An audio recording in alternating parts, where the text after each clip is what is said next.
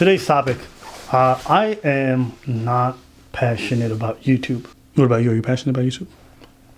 Passionate? That's a strong ass word. No, I'm not passionate about YouTube. It's great. It's wonderful. I like what it's brought me, but passionate? No, I keep my mind doing different things just so I could do something. I can't be passionate about that. What are you passionate about in life if you had to pick like one or two things? Just examples. Engines. I'm a little nerd about that. Motorcycle world, dancing, and even that. What is the difference between your approach to those things and YouTube specifically? YouTube is my job. I was going to say that. It's a job that I do. That's what it is. That's where I get my paper from. I like it, and I enjoy a lot more aspects than I had in previous jobs. But it's a job. Being passionate about it would be like passion. It would be like every time someone says something about me, which happens a whole lot, I'd be passionate about it, and then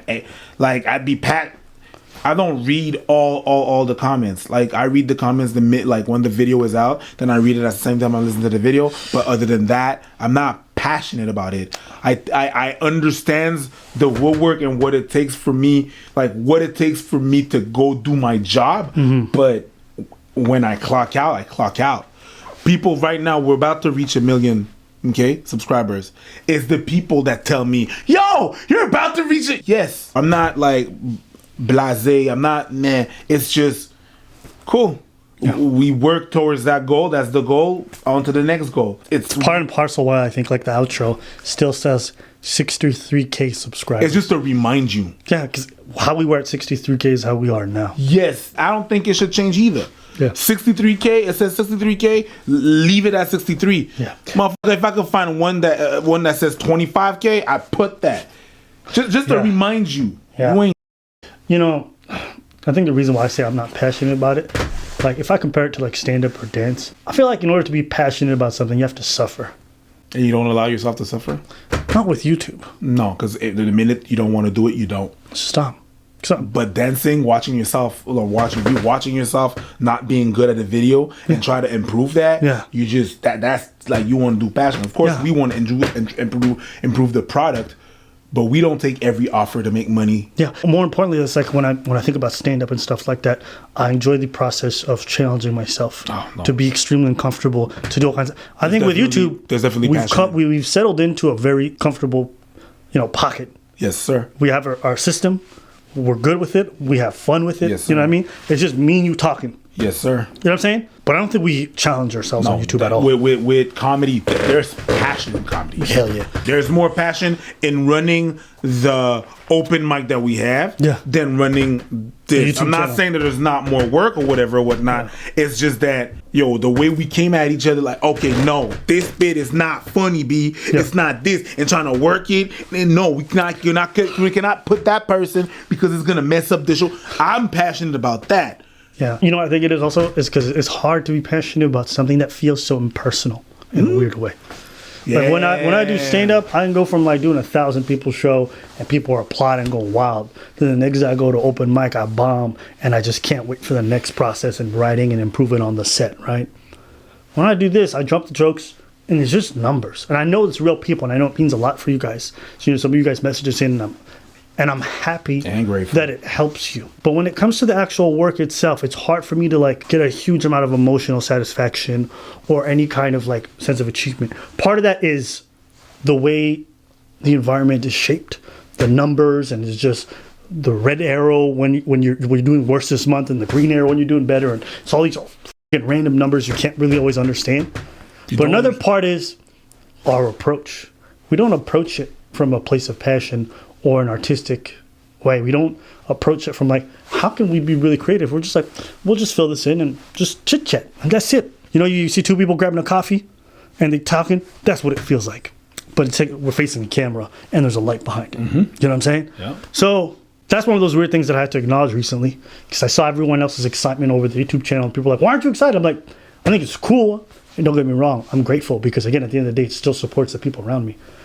But one thing I had to acknowledge is like, when I do YouTube, I don't try to be super creative. I don't try to do, and that's not necessarily a bad thing. For a lot of you, you guys just come here for the regular dose and it's enough, and I'm happy to offer you. But I also recognize that's part of the reason why we won't necessarily reach that top echelon.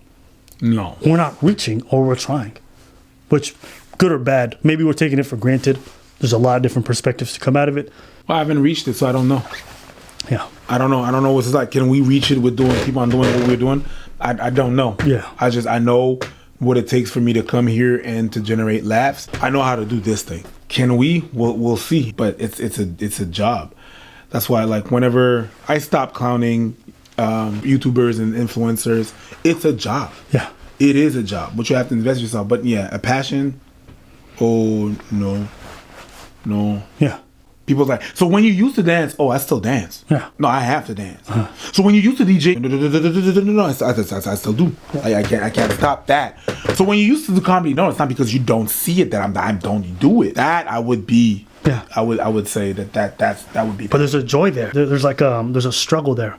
With YouTube, I just don't feel a struggle. I feel no resistance, and I feel like I'm not putting anything in front of me to make resistance.